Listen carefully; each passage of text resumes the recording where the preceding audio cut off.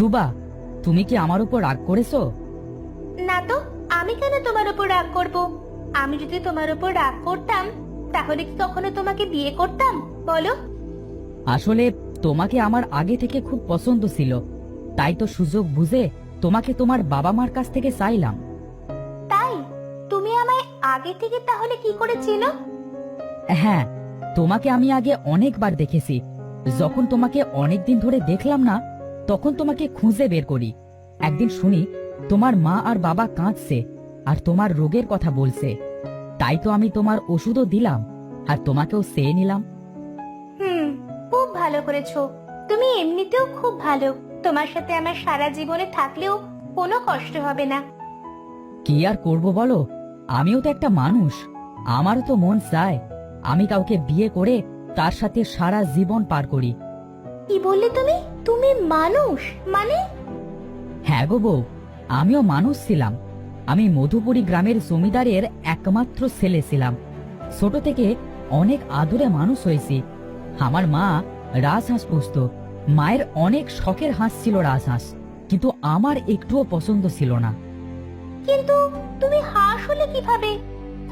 একদিন রাজহাঁসের অনেক বাচ্চা ফুটলো। আমি রাজহাঁসের পরে রাগ করে সবগুলো একটা একটা করে পা দিয়ে টিপে মেরে ফেললাম। সেদিন মা অনেক কেঁদেছিল আর আমাকেও অভিশাপ দিয়েছিল আমি যেন হাঁস হয়ে যাই। তাই তো আমার এই অবস্থা। কিন্তু তোমার বাবা মা আর তোমাকে কোনোদিন খোঁজেনি? হ্যাঁ, তারা অনেক খুঁজেছে, কিন্তু আমি আর তাদের সামনে যাইনি। কোন মুখে আমি মায়ের সামনে গিয়ে দাঁড়াবো বলতে পারো? সবই তো বুঝলাম, মায়ের কাছে গিয়ে তো একবার ক্ষমা চাইতে পারতে। আমি যদি এই অবস্থায় মায়ের সামনে যেতাম তাহলে আমার থেকে আমার মা বেশি কষ্ট পেত। আমি চাইনি মাকে আর কষ্ট দিতে। সবই তো বুঝলাম, শুনলাম। দুঃখ করো না, একদিন দেখবে সব ঠিক হয়ে যাবে। অনেক রাত হয়েছে, এবার ঘুমিয়ে পড়ো।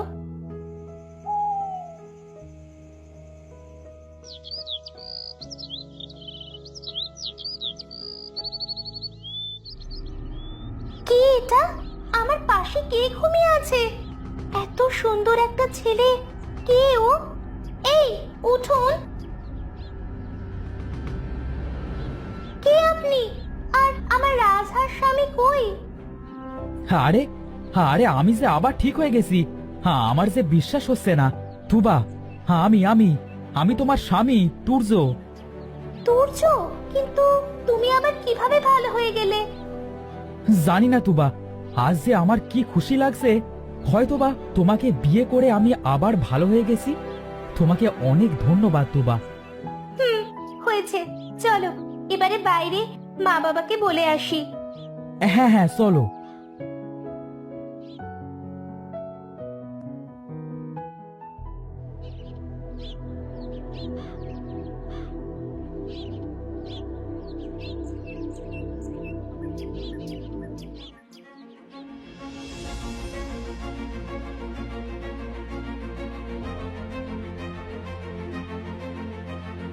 হ্যাঁ বাবা, সবই তো শুনলাম।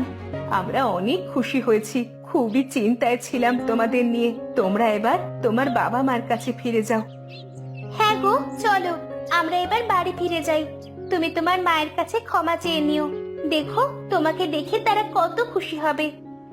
হ্যাঁ তুবা, চলো আমরা বাড়ি ফিরে যাই। আর কোনো দিনও কোনো জিনিস নিয়ে ঘৃণা করব না। বাবা মা, আপনারা আমাদের জন্য দোয়া করবেন।